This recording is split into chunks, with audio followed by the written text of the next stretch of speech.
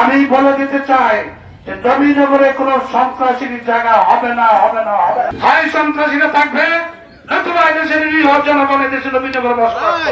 আপনারা মাথার গাম পায়ে ফেলে আমাকে নির্বাচিত করেছেন। আমি রসুল্লাহ যাবো এবং বিভিন্ন ইউনিয়নে যাব।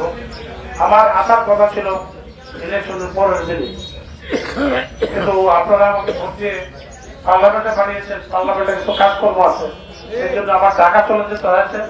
সেই জন্য আমি আসতে পারি নাই। আজকে একদিন দেরি হয়ে গেছে, সেই জন্য আপনাদের কাছে আন্তরিকভাবে দুঃখিত।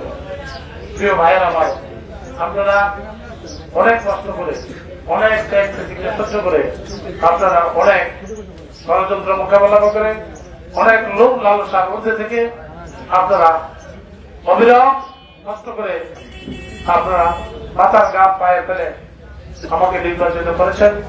অর্থাৎ ধানের শেষকে নির্বাচিত করেছেন, অর্থাৎ আমাদের নেতা জনাব তারেক রহমানকে নির্বাচিত করেছেন। সেজন্য আমি আমার পক্ষ থেকে, আমার দলের পক্ষ থেকে, আমার ব্যক্তিগত তরফ থেকে আপনাদের প্রতি জানাই কৃতজ্ঞতা, আপনাদের সবাইকে জানাই শুভেচ্ছা।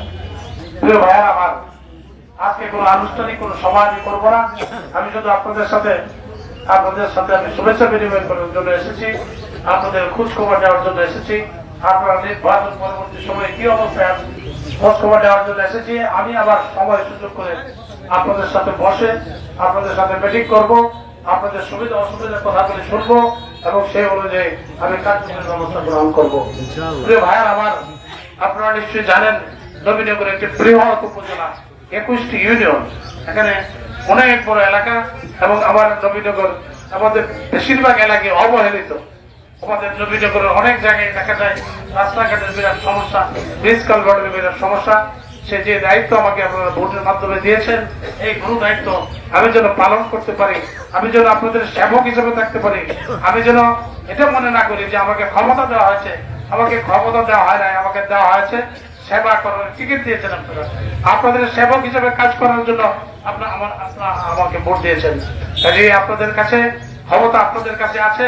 ক্ষমতার মালিক দেশের জনগণ, ক্ষমতার মালিক দেশের ভোটাররা। কাজেই আপনাদের কাছে আমি দোয়া চাই, সহযোগিতা চাই, আমার জন্য আপনারা দোয়া করবেন। আমি নির্বাচন আগে কিছু কথা বলেছিলাম, আমি আমার এই কথাগুলি রাখতে চাই। আমাদের সবচেয়ে বড় সমস্যা হলো আমাদের কথা এবং কাজের মধ্যে মিল থাকে না।